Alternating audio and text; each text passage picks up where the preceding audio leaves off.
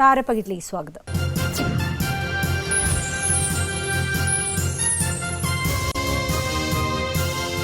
Musician job കുര്യനും ഭാര്യ ആദ്രയുമാണ് ഇന്ന് നമ്മളോടൊപ്പം വിശേഷങ്ങൾ പങ്കിടുന്നത്.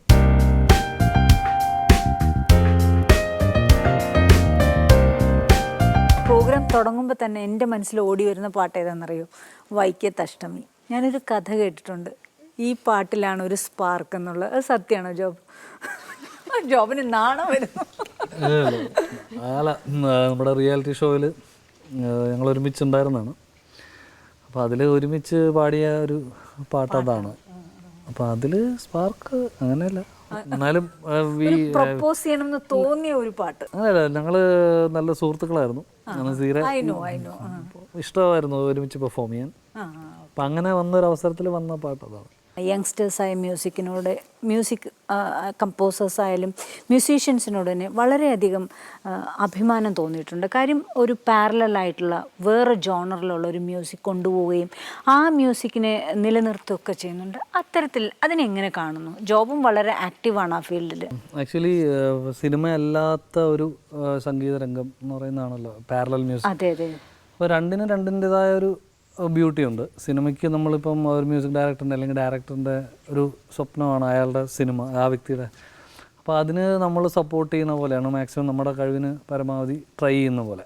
അപ്പോൾ അതൊരു ചാലഞ്ചാണ്. That's a beautiful feeling. പക്ഷെ അത് ഉത്തരവാദിത്വം കൂടിയ അതാണ്, ഇച്ചിരി കൂടെ അവരെ തൃപ്തിപ്പെടുത്തുക എന്ന് പറയുന്നത്.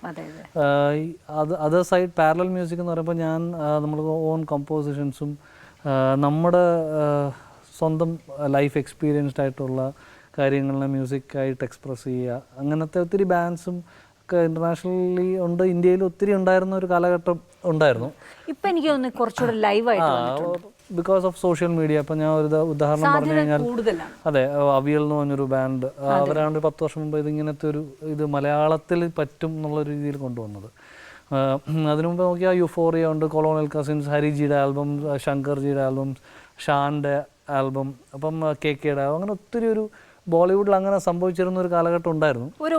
അതെ, സിനിമ അല്ലാത്തൊരു മേഖല. പക്ഷേ അത് കുറച്ച് കാലം കഴിഞ്ഞ് സിനിമ അത് ശരിക്കും പറഞ്ഞ് എനിക്ക് തോന്നുന്നു ഫിനാൻഷ്യൽ സൈഡും ഇൻഡസ്ട്രി ശരിക്കും ഹാപ്പനിങ് സിനിമ രംഗത്താണല്ലോ. അപ്പം ഓട്ടോമാറ്റിക്കലി അതങ്ങ് ക്യാപ്ചർ ചെയ്ത് അതിനെ ഇല്ലാതാകുന്ന ഒരു സാഹചര്യം ഉണ്ടായിട്ടുള്ളത്. ആതിര എങ്ങനെ കാണുന്നു ആ ഒരു മ്യൂസിക്കിനെ ആസ് എ മ്യൂസീഷ്യൻ? ബിക്കോസ് ആതിരയും ഒരു പാട്ടുകാരിയാണ്. ഞാൻ ശരിക്കും പറഞ്ഞാൽ 10-12 വർഷമായി ഞങ്ങൾ കണ്ട ഒരു ഷോ അത്രയും വർഷം മുൻപായിരുന്നു. അപ്പം അന്നൊന്നും ഞാൻ ജനിച്ചത് വളർന്നതൊക്കെ നാട്ടിൻപുറത്താണ്, കണ്ണൂരാണ്. അപ്പം ഈ ഒരു ജോണറിനെ പറ്റിയോ ഇങ്ങനെ ഒരു ടൈപ്പ് ഓഫ് മ്യൂസിക് വേറെ ഉണ്ട് സിനിമ പാട്ടല്ലാണ്ട്. പിന്നെ ക്ലാസിക്കലൊക്കെ കേട്ട് ഹിന്ദുസ്ഥാനി കേൾക്കാറുണ്ട്. അതൊക്കെ അല്ലാണ്ട് ഇങ്ങനെ ഒരു ടൈപ്പ് ഉണ്ടെന്ന് അറിഞ്ഞത് തന്നെ മേ ബി അത്രയും വർഷം മുമ്പായിരിക്കും. മേ ബി പറഞ്ഞാൽ ഒരു 12 വർഷം മുമ്പായിരിക്കണം. അപ്പോൾ ഇപ്പം എന്ന് വെച്ചാൽ എനിക്ക് ആ കൂടുതൽ അറിയുന്തോറും ഇത്രയും നമ്മൾ പറയില്ല ഒരുപാട് അറിയാനുള്ളത്. അപ്പം നമ്മൾ അറിഞ്ഞിരിക്കുന്നത് മേ ബി ഒരു ശതമാനം പോലും ഇല്ലായിരിക്കും. അപ്പം ഇത്രയും വർഷങ്ങൾക്ക് ശേഷമാണ് ആ ഒരു ആഴം മനസ്സിലാക്കി വരുന്നത്. അത് എനിക്കും കൂടുതൽ അറിയുന്തോറും ഭയങ്കര ഒരു അത്ഭുതമാണല്ലേ, ഈ ലോകത്തിൽ എന്തൊക്കെയാണ് നമ്മൾ അറിയാൻ ബാക്കി എന്നുള്ളൊരു ഫീലാണ്. കഴിഞ്ഞ പ്രാവശ്യം താരപ്പകിട്ടിൽ വന്നപ്പോൾ ജോബ് എൻ്റെ അടുത്ത് പറഞ്ഞു, എൻ്റെ പാട്ടുകളെ മുഖത്ത് നോക്കാതെ അഭിപ്രായം പറയുന്ന ഒരു വലിയ ക്രിട്ടിക്ക് വീട്ടിലുണ്ട് ചേച്ചി, വളരെ ബുദ്ധിമുട്ടാണ്. പാട്ട് ഏതെങ്കിലും പാടിയാൽ തന്നെ എൻ്റെ അടുത്ത് വന്നിട്ട് ഇങ്ങനെ പാടിയിട്ടുണ്ട് എങ്ങനെയാണെന്ന് അറിയില്ല എന്നൊക്കെ പറഞ്ഞ് ടെൻഷനോട് പറയാറുണ്ട്. പക്ഷെ വന്നു കഴിയുമ്പോൾ ആള് ബേസിക്കലി കുറച്ച് ടെൻഷൻ അടിക്കാറുണ്ട്. പക്ഷെ ഈ പറയുന്ന സ്റ്റേജിൽ വരുമ്പോഴും പിന്നെ പാട്ട് പാടി അത് പുറത്തിറങ്ങി കഴിയുമ്പോഴും ഈ ടെൻഷൻ അടിക്കേണ്ട ആവശ്യമൊന്നും ഇല്ലായിരുന്നു എന്ന് തോന്നും. ജോബിൻ്റെ കാലത്ത് ആ ഒരു റിയാലിറ്റി ഷോയ്ക്ക് വളരെ ഇമ്പോർട്ടൻസ് ഉണ്ടായിരുന്നു, ഒരു എന്താ പറയുക, ഒരു ഫ്രഷ്നെസ് ഉണ്ടായിരുന്നു. അതുകൊണ്ട് എന്നെ സംബന്ധിച്ചിടത്തോളം എനിക്ക് തോന്നുന്നു, അല്ലെങ്കിൽ മെജോറിറ്റി ഇന്ന് അങ്ങനെ നമുക്ക് 100-ൽ 100 മാർക്ക് വാങ്ങി ടൈയൊക്കെ ഇട്ട് നടക്കുന്ന കുട്ടികളെ ശ്രദ്ധിക്കുന്നതിനേക്കാൾ എവിടെയോ അല്പസ്വല്പം നല്ല കഴിവുണ്ട്, പ്രസൻറ്റബിൾ ആയിട്ടുള്ള അങ്ങനെ ഒരാളെ നമ്മൾ കുറച്ചുകൂടെ കൂടുതൽ ശ്രദ്ധിക്കും. അങ്ങനെ ഒരാളായിരുന്നു ജോബും. അതുകൊണ്ടായിരിക്കും അന്നും ആദ്യം ശ്രദ്ധിച്ചിട്ടുണ്ടാവും. അല്ല, ആ ഷോയ്ക്ക് അങ്ങനെ ഒരു പ്രത്യേക ഒരു മാജിക് ഉണ്ടായിരുന്നു. നമ്മൾ കാരണം ഒന്ന് അത് ഫസ്റ്റ് ഓഫ് ഇറ്റ്സ് കൈൻഡ് ആയിരുന്നു അന്ന് ഇവിടെ കേരളത്തിലെ. അതൊരു ഏജ് ഗ്രൂപ്പ് മാത്രമല്ല, അതിൻ്റെ ക്രൂ ആയാലും ഇപ്പം ജഡ്ജസ് ആയാലും പ്രൊഡക്ഷൻ ടീമിലുള്ള ആൾക്കാരായാലും ക്യാമറയിലുള്ള ആൾക്കാർ എല്ലാവരും തമ്മിലൊരു ഭയങ്കര ഒരു കെമിസ്ട്രി, ഒരു സ്നേഹവും, ഒരു ടോട്ടാലിറ്റിയെ എയിം ചെയ്ത് മാത്രമായിരുന്നു എല്ലാവരും. ആ പരിപാടി നന്നാവണം എന്നായിരുന്നു എല്ലാവർക്കും അതിൻ്റെ അകത്ത് ചിന്ത. അത് റിസൾട്ട് ഓറിയന്റഡ് അത് തന്നെ തന്നെ അത് റിസൾട്ടിലേക്കും വരും. അപ്പോൾ ഓ നീ പാട്ട് പാടല്ലേ, ഓക്കെ അത് നീ പഠിക്കും, കുഴപ്പമില്ല, ഇത് ഞാൻ പാടാം. അപ്പോൾ അങ്ങനെയൊക്കെ ഉള്ള ഒരു ഷെയറിങ് ഉണ്ടായി. ഇപ്പോൾ എനിക്ക് ഇപ്പോൾ ഞാൻ എൻ്റെ പരിമിതികളുടെ അകത്തു നിന്ന് പാടുന്ന ഒരു പാട്ടുകാരനാണ്. എനിക്ക് പറ്റുന്നതും പറ്റാത്തതുമായിട്ട് ഒത്തിരി രണ്ട് സൈഡ് ഉണ്ടല്ലോ. അപ്പോൾ നമ്മൾ ചൂസ് ചെയ്യും, ഓക്കെ ഇത് ഞാൻ ചെയ്യാം. അപ്പം ബാലൻസ് ആയിട്ട് ആ ഷോയിൽ അപ്പം വേറെ ജോണർ സ്ട്രോങ് ആയിട്ട് ഒത്തിരി പേരുണ്ട്. അപ്പോൾ അത് ഞങ്ങൾ ചെയ്യട്ടെ. ഈ ഒരു ഷെയറിംഗ് ഉണ്ടെന്ന് പറയുന്നതിന് വലിയൊരു കാര്യം. അത് ജെനുവിൻലി ഉണ്ടായിരുന്നു എന്നുള്ളതാണ് അതിൻ്റെ സത്യം. ചിലപ്പം പലയിടത്തും ഇപ്പം ഇങ്ങനെ പറയുമായിരിക്കാം, പക്ഷെ അതിലൊന്നും നമുക്ക് ആ ജെനുവിനിറ്റി ഉണ്ടാവത്തില്ല. പക്ഷേ ഞങ്ങളുടെ അതിൽ അത് ഉറപ്പായിട്ടും ഉണ്ടായിരുന്നു. Of course competition towards the end ഒക്കെ ആകുമ്പോൾ കോമ്പറ്റീഷൻ എന്തായാലും ഒന്ന് മുറുകും. അത് എല്ലാ കോമ്പറ്റീഷൻസിനും it should be like that. പക്ഷെ അതിൽ എനിക്കത് നഷ്ടപ്പെട്ടതുകൊണ്ടോ അല്ലെങ്കിൽ സെക്കൻഡ് ആ സമയത്ത് ഓഫ് കോഴ്സ് മനുഷ്യനാണ്, നമുക്ക് ഒരു ചെറിയ ബുദ്ധിമുട്ടുണ്ടാകും. പക്ഷെ എന്നാലും ലോങ് റണ്ണിൽ it is never affected me. ഒരിക്കലും ഇത് പറയാൻ പാടില്ല, കാര്യം ഇന്ന് ഒരുപാട് ഫാൻ ഫോളോയിങ് ഉള്ള വലിയൊരു പാട്ടുകാരനാണ്.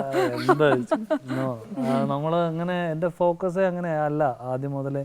I want to do good music, പറ്റുന്ന രീതിയിൽ ശ്രമിക്കണം, നമുക്ക് വീക്കായിട്ടുള്ള ഏരിയാസ് പ്രാക്ടീസ് ചെയ്ത് നന്നാക്കണം, അങ്ങനെയൊക്കെയാണ്. അതൊക്കെ അങ്ങനെയല്ലേ വരിക. കുറച്ചുകൂടെ ഷെയറിങ് ഉണ്ടായിരുന്നു, കെയറിങ് ഉണ്ടായിരുന്നു. അത് കഴിഞ്ഞു വന്നിട്ടുള്ള റിയാലിറ്റി ഷോസിലൊക്കെ ആ ഒരു മൂല്യച്യുതി വന്നു എന്ന് എനിക്ക് തോന്നിയിട്ടുണ്ട്. കാര്യം ഒരു ഫ്ലാറ്റിലോട്ടെത്തുന്ന മത്സരം, അതിനിടയിൽ പാരൻസിൻ്റെ അതീവ ഇടപെടൽ, പിന്നെ എനിക്ക് തോന്നുന്നു കാണുന്ന ജനങ്ങൾ മുഴുവൻ അഭിപ്രായം പറയും. അവിടെ ഷോ ബ്ലണ്ടായി, ഇവിടെ ഷാർപ്പായി. ഇന്ന് എനിക്ക് തോന്നുന്നു റിയാലിറ്റി ഷോ ജനങ്ങൾക്ക് അഭിപ്രായം പറയാൻ ഒരുപാട് സാധ്യത കൊടുത്തു, വേദി കൊടുത്തു എന്ന് എനിക്ക് തോന്നുന്നു, അല്ലേ? ഒരു പരിധിവരെ ഈ പറഞ്ഞ കണക്ക് ജനങ്ങളുടെ ഫീഡ്ബാക്ക് ഹെൽപ്പ് ചെയ്യും. കാര്യം വെച്ചാൽ നമുക്ക് ടേസ്റ്റും ഇപ്പം നമ്മളെ മാത്രം ഹാപ്പി ആക്കാൻ വേണ്ടി അല്ലല്ലോ ഇത് they are also very part of it. അത് എല്ലാവരും ബാലൻസ് ആണെങ്കിൽ നന്നായിരിക്കും എന്നാണ് എൻ്റെ ഒരു ഫീൽ. ഇപ്പോൾ ഈവൻ പക്ഷേ ഈ പറഞ്ഞ കണക്ക് ഞങ്ങളുടെ ഇതിൽ പാരൻസിൻ്റെ ഇടപെടലൊക്കെ വളരെ കുറവായിരുന്നു. നമുക്ക് ആ ക്രൂവിന് ടോട്ടലി ആ കുട്ടികൾ അല്ലെങ്കിൽ അതിൻ്റെ പാർട്ടിസിപ്പൻസിനെല്ലാം തമ്മിൽ ഒരു ടൈം ഉണ്ടായിരുന്നു. അതായത് വേറെ ബയാസ്ഡ് ആകേണ്ട കാര്യമില്ലാത്ത ഒരു സമയം, അതായത് ഒരു സുഹൃത്ത് ബന്ധം ക്രിയേറ്റ് ചെയ്യാനുള്ളൊരു സാധ്യത ഞങ്ങളുടെ അതിൻ്റെ അകത്ത് വളരെ കൂടുതലായിരുന്നു. ആ സുഹൃത്ത് ബന്ധത്തിൻ്റെ ഭാഗമായിട്ടായിരിക്കും ഇതും അതും അതിൻ്റെ ഒരു അപ്പുറത്തെ വശമായതായിരിക്കും. പക്ഷേ അതിൻ്റെ മ്യൂസിക്കൽ സൈഡ് ഞാൻ പറയുകയാണെങ്കിൽ അതിനൊത്തിരി അങ്ങോട്ടും ഇങ്ങോട്ടും ഒരു റെസ്പെക്റ്റും ഒക്കെ ഡെവലപ്പ് ചെയ്യാൻ സാധിക്കും. ഇപ്പം ഏത് പാട്ടാ പാടുന്നൊക്കെ ആലോചിച്ചിരിക്കുന്ന സമയത്ത് നമ്മുടെ കൂടെ പാടുന്നൊരു നീ ഇത് പാടും, നിന്റെ സ്റ്റൈലിന് ഇതായിരിക്കും നല്ലത്, ഞാൻ എന്നാ കൊണ്ടുതരാം, പാട്ട് തരാം, അങ്ങനെ ഭയങ്കര ശരിക്കും സ്നേഹത്തോടു കൂടി നമ്മളോട് പെരുമാറി നമ്മൾ ആ ശരി ഓക്കെ എന്നാ അങ്ങനെ ചെയ്യാം, അങ്ങനെ ഒരു മെന്റാലിറ്റി. അത് ജഡ്ജസിന്റെ സൈഡിൽ നിന്ന് നമുക്കത് ഉണ്ടായിട്ടുണ്ട്. അന്ന് ദീപക് ദേവ് സാറ്, വാലുചേട്ടൻ, അൽഫോൺസ് ചേട്ടൻ, ഇവരൊക്കെ, സ്റ്റീഫൻ ചേട്ടൻ എസ്പെഷ്യലി ഓൺ പിയാനോ. അപ്പോൾ പുള്ളി സ്റ്റേജ് വരുമ്പോൾ പുള്ളി ഒരു കോൺഫിഡൻസ് എനിക്ക് ലൈക്ക് പേഴ്സണലി എൻ്റെ അനുഭവം എന്ന് പറയുന്നത് ഇങ്ങനെ കാണിക്കും, ഒന്നുമില്ല ഞാൻ എല്ലാം ഓക്കെയാണ്. അപ്പോൾ അത് ജെനുവൻലി അതങ്ങനെ ആണ്. അത് ഇന്നും ഞങ്ങൾ സ്റ്റേജിൽ ഷെയർ ചെയ്യാറുണ്ട്. V perform together. ഇപ്പോൾ 10 വർഷം കഴിഞ്ഞിട്ടും അതേ കെമിസ്ട്രിയിൽ ഇപ്പോഴും പെർഫോം ചെയ്യാറുണ്ട്. പുള്ളി ഇന്നും I think he has move to other level of popularity and ബോംബെയിലാണ് ഇപ്പോൾ സെറ്റിൽ ചെയ്യുന്നത്. പക്ഷേ എന്നാലും നമ്മൾ ഒരുമിച്ച് കൂടുമ്പോൾ ഇപ്പോഴും പറയും, എടാ അന്നത്തെ ഓർമ്മ ഇന്നും നിൽക്കുന്നുണ്ട്, നമ്മൾ അതേ ഫ്രഷ്നെസ്സിലാണ് ഇപ്പോഴും പെർഫോം ചെയ്യാറുള്ളത്. അപ്പോൾ അതൊക്കെ ഒരു വലിയ ഭാഗ്യമാണ്. അങ്ങനത്തെ ഒരു ക്രൂ, പ്രൊഡ്യൂസർ സതീഷ് ഏട്ടൻ, എല്ലാം പറയാണ്ടിരിക്കാൻ പറ്റില്ല. We all had A lovely time, great time. അതെനിക്ക് തോന്നുന്നു ഈവൻ ഓഡിയൻസിനുണ്ടായിരുന്നു. പക്ഷെ നമ്മൾക്ക് അതൊക്കെ ആ ഒരു മൂല്യച്യുതി എല്ലാ മേഖലയിലും ഇപ്പൊ യൂത്ത് ഫെസ്റ്റിവലിൽ നമുക്ക് കാണുന്നില്ല. അല്ല, യൂത്ത് ഫെസ്റ്റിവലിൽ നമുക്ക് കാണുന്നുണ്ടല്ലോ, എത്ര അപ്പീലിന് എത്ര പേര് പോകുന്നു, പാരന്റ്സ് തമ്മിൽ അടി, ജഡ്ജസിന്റെ ആവശ്യമില്ലാത്ത ഒരു, എനിക്ക് തോന്നുന്നു. പക്ഷെ അതിലൊന്നും ഫർദർ ഒരു കാര്യമില്ല എന്ന് ചില സമയത്ത് തോന്നിപ്പോയത് കോമ്പറ്റീഷൻസ് ഒക്കെ. പക്ഷെ അത് നമുക്ക് മനസ്സിലാക്കാറുണ്ട്, അത് അവർക്കും വൈകിയാലും എല്ലാവർക്കും മനസ്സിലാവും. അതാണ് എൻ്റെ സത്യം. ഈ റിയാലിറ്റി ഷോ അല്ലെങ്കിൽ ഒരു കോമ്പറ്റീഷൻ വിൻ ചെയ്യുക എന്നൊക്കെ പറഞ്ഞാൽ 6 മാസത്തിൽ കൂടുതൽ അതിൻ്റെ ഒരു പോപ്പുലാരിറ്റി ഒന്നും തന്നെ പോകില്ല. അതാണ് സത്യമാണത്. അത് പക്ഷേ നമ്മൾ അതിൽ നിന്ന് കുറേ കാര്യങ്ങൾ പഠിക്കാം. നമുക്ക് റെക്കഗ്നേഷൻ കിട്ടുന്നതിൻ്റെ ഒരു സ്പീഡ് ഭയങ്കരമാണ് ഈ റിയാലിറ്റി ഷോ. എൻ്റെ ഒരു അഭിപ്രായം അങ്ങനെയാണ്. അത് നമ്മളെ എവിടെ കണ്ടാലും ഒരാളെ തിരിച്ചറിയാന്ന് പറയുന്നത് വലിയൊരു കാര്യമാണ്. ഒരു ആർട്ടിസ്റ്റിന് കിട്ടാവുന്ന ഏറ്റവും വലിയ അംഗീകാരമാണ്. താൻ ജോബ് കുര്യനല്ലേ എന്നൊരാൾ ചോദിക്കുന്നത്. ചിലപ്പോൾ ഒരു പിന്നണി ഗായകൻ എത്രയോ പാട്ടുകൾ പാടി കഴിഞ്ഞിട്ടായിരിക്കും ഒന്ന് അറിയുന്നത് തന്നെ. അതാണ് റിയാലിറ്റി ഷോയുടെ ഒരു പ്ലസ് ഞാൻ പറയുന്നത്. അതിൻ്റെ മോശം വശം ഈ പറഞ്ഞ കണക്ക് അത് ക്യാരിഡ് ആയിട്ട് മുന്നോട്ട് അത് തലയ്ക്ക് പിടിക്കുന്ന അവസ്ഥയിലേക്ക് പോകാണ്ടിരുന്നാൽ മാത്രം മതി. അത് നമ്മൾ മാനേജ് ചെയ്യണം. അത് I think it's up to a person's character and individuality. Correct. അതെല്ലായിടത്തും അത് വീട്ടിലും ഈ പറഞ്ഞ കണക്ക് പാരൻസും അതിന് കൊടുക്കുന്ന ഇമ്പോർട്ടൻസ് അത്ര തന്നെ ആവുമെന്നാണ് എൻ്റെ ഒരു സ്ട്രോങ് ഗട്ട് ഫീലിംഗ് നമ്മൾ പറയത്തില്ല. കുട്ടികൾക്കൊക്കെ അങ്ങനെ പറയാം, നീ ഒന്ന് പോയ ഒരു experience, you take an experience. പങ്കാളിത്തമാണ് ഉറപ്പുവരേണ്ടത്. അവിടെ അല്ലാതെ നമ്മൾ പ്രൈസ് കൊണ്ട് വരിക എന്നുള്ളത് അതൊരു സ്പിരിറ്റിൽ എടുത്താൽ നല്ലത് തന്നെ. പക്ഷേ അത് കടന്നു പോകുമ്പോഴാണ് ഇതിൻ്റെ ഒരു, ഞാൻ പണ്ട് മുതൽ പ്രൈസ് കിട്ടാതെ വന്ന ഒരാളാണ്. അതുകൊണ്ട് എനിക്കതൊരു പ്രോബ്ലമേ അല്ല. 5ാം ക്ലാസ് മുതൽ കോമ്പറ്റീഷൻ ഒന്നും തന്നെ എനിക്ക് തോന്നുന്നില്ല ഒരു ഫസ്റ്റ് പ്രൈസ് എൻ്റെ ഓർമ്മയിലില്ല. പക്ഷേ ഇതൊരു ഫ്രണ്ട്ലി മെസ്സേജ് ആണ് കേൾക്കുന്ന ആൾക്കാർ. അതെ, 11th 12th എനിക്ക് ആദ്യമായിട്ടൊരു പ്രൈസ്. അപ്പോൾ തന്നെ ഞാൻ I was grounded enough to take all these things. കാരണം നമ്മൾ എൻ്റർടൈനേഴ്സാണ് ബേസിക്കലി അല്ലേ. നമ്മൾ ആൾക്കാർക്ക് ഇഷ്ടമുള്ളത് കൊടുക്കാൻ ബാധ്യസ്ഥരാണ്. അവർക്കത് ഹാപ്പിയാണ്. കുറച്ച് പേരുടെ ജീവിതത്തിൽ നമ്മുടെ ശബ്ദം അല്ലെങ്കിൽ നമ്മുടെ കഴിവ്, ഗോഡ് ഗിഫ്റ്റ് അവർക്ക് എത്തിയിട്ടുണ്ടെങ്കിൽ നമ്മൾ അവിടെ കഴിഞ്ഞു.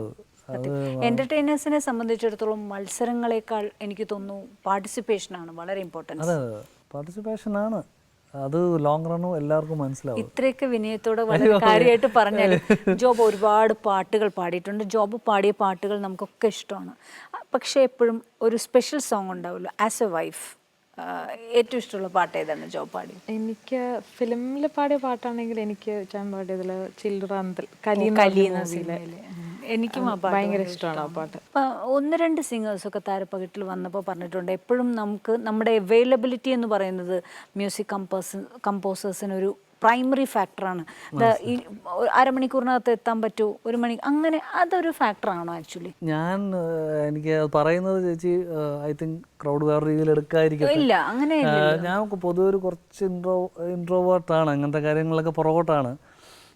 ഇങ്ങനെ സെൽഫ് പ്രൊമോഷൻ ആയാലും നമ്മൾ PR ആയാലും വിളിച്ച് ഞാനിവിടെ ഉണ്ട് അല്ലെങ്കിൽ അങ്ങനെ വളരെ വീക്കാണ് ഓണസ്റ്റ്ലി സ്പീക്കിംഗ്. പക്ഷേ ഇപ്പം മ്യൂസിക്കലി നമ്മളോട് ജെല്ല് ചെയ്യാൻ പറ്റുന്ന മ്യൂസിക് കമ്പോസേഴ്സ്, അവർക്ക് എൻ്റെ പ്ലസ്സും അറിയാം, അവർക്ക് എൻ്റെ മൈനസും അറിയാം. അവർ സെൻസിബിളായിട്ടുള്ള ആൾക്കാരുടെ കാര്യമാണ്. അപ്പോൾ അവർ നമ്മളെ പാടാൻ വിളിക്കുമ്പോൾ അറിയാം ഈ പാട്ട് പുള്ളി പാടിയ നന്നാകും എന്നുള്ള ആൾക്കാരാണ് ഇതുവരെ എന്നെ വിളിച്ചിട്ടുള്ളത്. അങ്ങനെയുള്ള ആൾക്കാർ നമുക്ക് വേണ്ടി വെയിറ്റ് ചെയ്യുന്നല്ല, അവർ അറ്റ്ലീസ്റ്റ് നമ്മളുടെ ഒരു ഒപ്പീനിയൻ എടുക്കാനെങ്കിലും തയ്യാറാകും. അല്ലാതെ രാവിലെ വരൂ എന്നുള്ളതല്ല. ജോബ് എന്താണ് പ്ലാൻ, നമുക്കിങ്ങനെ ഒരു പാട്ടുണ്ട് അല്ലെങ്കിൽ ഇതാണ്, ഞാൻ അങ്ങോട്ട് അയച്ചു തരാം, ഒന്ന് കേൾക്കൂ, അല്ലെങ്കിൽ തനിക്ക് പറ്റുന്ന തൻ്റെ പിച്ച് റേഞ്ചിലാണോ ഉള്ളത് എന്നൊക്കെ ചോദിക്കാനുള്ള ഒരു കൺസേൺ അവർ കാണിക്കും. മനസ്സിലായില്ല? അത് അങ്ങനെയാണ് സത്യം പറഞ്ഞാൽ. അത് ഇപ്പം ഞാൻ ആവേണ്ടത്. ഇപ്പം എനിക്കിപ്പോൾ എല്ലാ ശ്രുതിയിലും അതേപോലെ പാടാൻ പറ്റില്ല. അപ്പം നമുക്ക് ചേരുന്നതാണോ എന്ന് അവർ ചോദിക്കാൻ അവരുടെ ഒരു ഡ്യൂട്ടിയാണത് ആക്ച്വലി. പക്ഷേ I M lucky enough that all the music directors അയച്ചു തരാറുണ്ട്. പാട്ട് അയച്ചു തന്നിട്ട് ഇത് താൻ നോക്കൂ, ഇത് എങ്ങനെയാണ്. അപ്പോൾ അങ്ങനെയുള്ള ആൾക്കാരാകുമ്പോൾ ഒരു ബുദ്ധിമുട്ടില്ല, നമുക്ക് പറയാം ചേട്ടാ ഞാൻ നാളെ വരാം, അല്ലെങ്കിൽ ഇവിടെ നിന്ന് എത്താനുള്ളൊരു താമസമുണ്ട്, അല്ലെങ്കിൽ നാളെ എന്തെങ്കിലും ഒരു കമ്മിറ്റ്മെൻറ്റ്, ഓക്കെ 2 ദിവസം കഴിഞ്ഞാലും കുഴപ്പമില്ല. അപ്പോൾ അങ്ങനെ ആകുമ്പോൾ നമ്മൾ തന്നെ റിലാക്സ്ഡ് ആകും. ഞാൻ ശരിക്കും പറഞ്ഞാൽ സ്റ്റുഡിയോ ചെല്ലുന്നത് ഭയങ്കര ടെൻഷൻ അടിക്കുന്ന ഒരാളാണ്. എല്ലാവരും എൻ്റെ അടുത്ത് ദീപക് സാറൊക്കെ പറയും, താൻ ഈ ടെൻഷൻ എന്നും മതിയാക്കണമെന്ന്. ഞാൻ പറഞ്ഞു ചേട്ടാ എന്ത് ചെയ്യണം, ഞാൻ ഇങ്ങനെ ആയിപ്പോയി. അപ്പം തൻ്റെ ഔട്ട്പുട്ട് മച്ച് ബെറ്റർ ആകും. പുള്ളി എല്ലാവരും ആ സ്പേസ് എനിക്ക് തരാറുണ്ട്. സ്റ്റുഡിയോസ് ചെല്ലുമ്പോഴായാലും ടേക്ക് യുവർ ടൈം എന്ന് പറയുമ്പോൾ തന്നെ നമ്മൾ ഒന്ന് സമാധാനത്തിൽ പാടാം. ചില മ്യൂസിക് ഡയറക്ടേഴ്സ് പാടി അയച്ചു തന്നാൽ മതി എന്ന് വരെ പറയണം. അത്ര സ്പേസ് തന്ന മ്യൂസിക് ഡയറക്ടേഴ്സ് എനിക്ക് അത്ര ഭാഗ്യവാനാണ് ആ ഒരു കേസിൽ. അതൊക്കെ ഒരു കൺസേൺ ആണ്. ഇത്രയും ഇന്നെന്ന് വെച്ചാൽ സിംഗേഴ്സിന് ഐഡന്റിറ്റി കുറവാണ്, നമുക്ക് പാട്ടുകാരെ കൊണ്ടങ്ങ് നിറഞ്ഞിരിക്കുകയാണ്. അല്ല, അപ്പം ഈ പറഞ്ഞ കണക്ക് അങ്ങനെ തരുമ്പോൾ നമുക്ക് മാക്സിമം ഔട്ട്പുട്ട് കൊടുക്കാനുള്ള ഒരു മോട്ടിവേഷനാണ്. ഞാൻ അവകാശപ്പെടുന്നില്ല ഞാനൊരു എക്സലൻറ്റ് പ്ലേ ബാക്ക് സിംഗറാണെന്ന്. എന്തായാലും I'm more into a live and എൻ്റെ ഫോക്കസ് എൻ്റെ സ്വന്തം ക്രിയേറ്റിവിറ്റി അല്ലെങ്കിൽ ലൈവ് അങ്ങനെയൊക്കെയാണ്. പക്ഷേ എന്നെ ട്രസ്റ്റ് ചെയ്ത് വിളിക്കുന്നവരെ ഞാൻ മാക്സിമം എൻ്റെ 150% ഞാൻ കൊടുത്ത് ശ്രമിക്കാറുണ്ട്. അപ്പോൾ അവർക്കും അറിയാം, എന്നെ ഇതുവരെ വിളിച്ചിട്ടുള്ളവർക്കൊക്കെ അറിയാം ഞാൻ എൻ്റെ 150% ഞാൻ അതിൽ കൊടുക്കും എന്നുള്ളത്. അപ്പോൾ ആ ഒരു വിശ്വാസം ആയിരിക്കാം probably they might wait for couple of days. അതിനു മുമ്പ് വേറെ ആരെങ്കിലും വിളിച്ചാൽ അർജൻസി ഉണ്ടെങ്കിൽ ഐ ഡോണ്ട് മൈൻഡ് ദാറ്റ്. എനിക്ക് വേറെ ഒരാൾക്ക് അതൊരു അവസരമായിട്ട് വരുന്നെങ്കിൽ ഐ ഡോണ്ട് മൈൻഡ് ദാറ്റ്. എനിക്ക് നേരത്തെ പറഞ്ഞു ഇപ്പോൾ ഇത്തരം ക്രിയേഷന് സാധ്യതകളേറെയാണ്. യങ്സ്റ്റേഴ്സ് ഒത്തിരി പ്രൊമോട്ട് ചെയ്യും, മാത്രമല്ല സോഷ്യൽ മീഡിയ എന്ന് പറയുന്നൊരു വേദിയും വലിയതാണ്. അപ്പോൾ അത്തരത്തിൽ കമ്പോസ് ചെയ്തൊരു പാട്ട് ഓൺ കോമ്പോസിഷൻസ് ആയിട്ട് ഇപ്പോൾ സിനിമ അല്ലാതെ ഉള്ള രംഗത്ത് മ്യൂസിക് മോജോ എന്ന് പറഞ്ഞ ഷോയിൽ ഞാനൊരു 16 പാട്ടോളം കമ്പോസ് ചെയ്തിട്ടുണ്ട്. അപ്പം അതിനൊരു നല്ല വ്യൂവർഷിപ്പും ഇപ്പോൾ നമ്മൾ യൂട്യൂബ് സോഷ്യൽ മീഡിയ ഇന്ന് സ്ട്രോങ് ആയതുകൊണ്ട് നമുക്കത് എക്സ്പ്രസ് ചെയ്യാനുള്ളൊരു മീഡിയ ആണ്. പിന്നെ താളം എന്ന് പറഞ്ഞൊരു ആൽബം ബിഫോർ എനിക്കൊന്ന് 8-9 വർഷം മുമ്പ് ചെയ്തിട്ടുണ്ട്. അതിനകത്ത് നെടുമുടി വേണമെങ്കിലും ഒക്കെ പങ്കെടുത്തിട്ടുണ്ട്. സ്റ്റീഫൻ ചേട്ടൻ, റെക്സ് വിജയൻ ഇവരെല്ലാവരും അതിലംഗമാണ്. അപ്പം അങ്ങനെ ഒരു മേഖലയോട് എനിക്ക് ഭയങ്കര ഇൻട്രസ്റ്റ് ആണ്. അപ്പോൾ അതിൽ പ്രോബബ്ലി അടുത്ത് ഞാൻ പാടി കമ്പോസ് ചെയ്ത എൻ്റെ കൂടെ ഹരീഷ് ശിവരാമകൃഷ്ണൻ എന്ന് പറഞ്ഞൊരു അസാധ്യ വോക്കലിസ്റ്റ് ഉണ്ട്. ഞാൻ പുള്ളിയാണ് എൻ്റെ സ്വപ്നം. ആ പാട്ട് പുള്ളിയും കൂടെ പാടിയാലേ ശരിയാവുമെന്ന് പറഞ്ഞിട്ടാണ് പുള്ളിയെ വിളിച്ച് പുള്ളി ബാംഗ്ലൂരിൽ നിന്ന് വന്ന് പദയാത്ര എന്ന് പറഞ്ഞൊരു പാട്ട് വന്നിരുന്നു. ഏങ്ങണ്ടിയൂർ ചന്ദ്രശേഖരൻ ചേട്ടനാണ് എഴുതിയിരിക്കുന്നത്. പുള്ളി എൻ്റെ ഓൾമോസ്റ്റ് ഞാൻ കമ്പോസ് ചെയ്ത എല്ലാ പാട്ടും പുള്ളി. പിന്നെ ദ ഗ്രേറ്റ് കാവാലം സാറുമായിട്ടാണ് എനിക്ക് വർക്ക് ചെയ്യാൻ പറ്റിയിട്ടുള്ളത്. എത്രത്തോളം ഹാപ്പിനെസ്, എത്രത്തോളം ഒരു സാറ്റിസ്ഫാക്ഷൻ ഉണ്ട് ഈ ഒരു ഫീൽഡിൽ? എത്രത്തോളം ടൈം മാനേജ്മെൻറ്റ്, എങ്ങനെ ഇതൊക്കെ മാനേജ് ചെയ്യുന്നു? എന്നുവെച്ചാൽ ജോബിൻ്റെ യാത്ര, പാട്ട്, ഈ സെൽഫ് ക്രിയേഷൻ, അത് ആസ് എ സിംഗർ, ഷോസ്.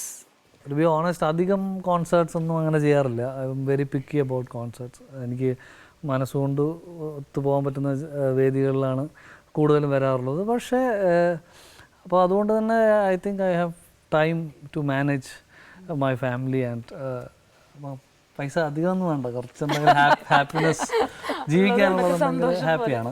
ഞങ്ങൾക്കൊരു മോനുണ്ട്, സച്ചുന, 3 വയസ്സായി. അപ്പോൾ കോൺസേർട്സ് വരുന്നത് ഇപ്പോൾ ഞാൻ എൻ്റെ ബാൻഡ് ഞങ്ങളങ്ങനെ ഒരു ടീമായിട്ട് റെഗുലറായിട്ട് പോകുന്നത്. പിന്നെ ഈ പറഞ്ഞ സ്റ്റീഫൻ ചേട്ടൻ വിളിക്കുമ്പോഴും അല്ലെങ്കിൽ അൽഫോൺസ് ചേട്ടൻ വിളിക്കുമ്പോൾ പോകാറുണ്ട്. അങ്ങനെ ദീപക് സാർ വിളിക്കുമ്പോൾ. അപ്പം പിന്നെ ബെനറ്റ് ചേട്ടൻ, അങ്ങനെ റെക്സേട്ടനായിട്ട് ഞങ്ങൾ റെഗുലർലി കൂടാറുണ്ട്. ഇൻ ദ സെൻസ് റെക്കോർഡിങ്സ് ആയാലും ഇപ്പോൾ എൻ്റെ പുതിയ വരുന്ന ആൽബത്തിലൊക്കെ മൂപ്പര് വായിച്ചിട്ടുണ്ട്, മിക്സ് ചെയ്തിട്ടുണ്ട്. അങ്ങനെ അപ്പോൾ അങ്ങനത്തെ ഇഷ്ടമുള്ള കൊളാബറേഷൻസ് വരുമ്പോൾ ഞാൻ പോകാറുണ്ട്. ഇല്ലാതെ ഒത്തിരി പറഞ്ഞ കണക്ക് മ്യൂസീഷ്യൻ സുഹൃത്തുക്കൾ വിളിക്കുമ്പം പോകാറുണ്ട്. എന്നാലും എനിക്ക് തോന്നുന്നു I have time for my family and share ചെയ്യാൻ എപ്പോഴും മിക്കവാറും ജോബ്. അതെ, ഞാനും ട്രിവാൻഡ്രത്ത് ഉണ്ടാവാറുണ്ട്. എപ്പോഴും എവിടെ പോയാലും വേഗം വീട്ടിലോട്ട് തിരിച്ചെത്തണം എന്ന് ആഗ്രഹിക്കുന്ന ഒരാളാണ്. കൊച്ചി പോയി അവിടെ എൻ്റെ ചേച്ചിയൊക്കെ കൊച്ചിയിലുള്ള. അപ്പോൾ അവിടെ പോകും, ആവശ്യം നമ്മുടെ റെക്കോർഡിങ്സ് അല്ലെങ്കിൽ അതിൻ്റെ കാര്യങ്ങൾ കഴിയുന്നു, പെട്ടെന്ന് തിരിച്ചെത്താനുള്ള യാത്രകളാണെങ്കിലും കൊച്ചിയിലോട്ടാണെങ്കിലും പെട്ടെന്ന് ഇപ്പോൾ ഒരു ദിവസത്തേക്ക് വേണ്ടിയൊക്കെ ചിലപ്പം ഡ്രൈവ് ചെയ്യുന്നത് ഇഷ്ടമാണ് ഭയങ്കര. അങ്ങനെ പോകും. അപ്പോൾ ഡ്രൈവ് ചെയ്ത് വേഗം വന്ന് പിറ്റേ ദിവസം വീണ്ടും. അപ്പോൾ ഞങ്ങൾ ഓർക്കും അയ്യോ ഇത്രയും യാത്രയല്ല, എന്നാൽ അവിടെ തന്നെ ഇവിടെ വരണം എന്നാണ് നമ്മുടെ ആഗ്രഹം. പക്ഷെ യാത്രയുടെ കാര്യം അടിച്ചിട്ട് ഞാനും അമ്മയൊക്കെ അങ്ങനെ പറയുമ്പോഴും പറയും വീട്ടിൽ വന്നൊന്ന് ചാർജ് ആയിട്ട് പിന്നെ പോവാം എന്നുള്ളൊരു മോനൊക്കെ ഉള്ളത് കാരണം അവിടെയാണ് ഞങ്ങളുടെ അവന്റെ ബെസ്റ്റ് ഏജ് ആണ്. എനിക്ക് മിസ് ചെയ്യേണ്ടതുണ്ട്. അതെ, ബി വിത്ത് ഹിം പറ്റുന്ന സമയം കൊടുക്കാലോ. അതെ, സത്യം. പോവുക. അങ്ങനെ ഷട്ടിൽ സർവീസ് ആണ് എൻ്റെ വണ്ടി. ഏകദേശം ഒരു വർഷത്തിൽ 44,000 കിലോമീറ്റർ കഴിഞ്ഞിട്ടുണ്ട്. അതിലുപരി എനിക്കൊരു സന്തോഷമുള്ള ഒരു കാര്യമാണ് വീട്ടിലും ഒരു കൊച്ചു സ്റ്റുഡിയോ ഉണ്ട്. അതെ, അതൊരു വലിയ പ്ലസ് ആണ്. കാരണം ഈ ട്രാവലിംഗ് നമുക്ക് കുറേയൊക്കെ ചില സമയത്ത് നിർത്താൻ അല്ലെ കൺട്രോൾ ചെയ്യാൻ പറ്റുന്ന അങ്ങനെയും ഒരു ഇതാണ്. അതൊരു ഡ്രീമായിരുന്നു. ഒരു 10 വർഷത്തെ എൻ്റെ സ്വപ്നമാണ് ഒരു ചെറിയ recording studio with a good ambience ഒക്കെ ചെയ്യണം. അപ്പോൾ ഉള്ള ബഡ്ജറ്റിൽ ഫാദറും ഒക്കെ കൂടി സഹായം എല്ലാം കൂടെ നമ്മളൊരു നല്ലൊരു ആംബിയൻസ് ഉള്ള ഒരു, ഇപ്പോൾ ഇവക്കും പാടാം, എനിക്കും പാടാം, മോൻ അത് കണ്ട് വളരട്ടെ. If he has some gift in him, അല്ലേ, ദൈവം കടാക്ഷിച്ചിട്ടുണ്ടെങ്കിൽ അത് കിട്ടട്ടെ. സംഗീതം എന്ന് പറയുന്നത് ഇത്രയും പോസിറ്റിവിറ്റി അതിലാണ് മുഴുവൻ ഫാമിലി പോണേ. അപ്പം മോനത് കാണട്ടെ എന്നൊക്കെ എനിക്ക് ഭയങ്കര ആഗ്രഹമാണ്.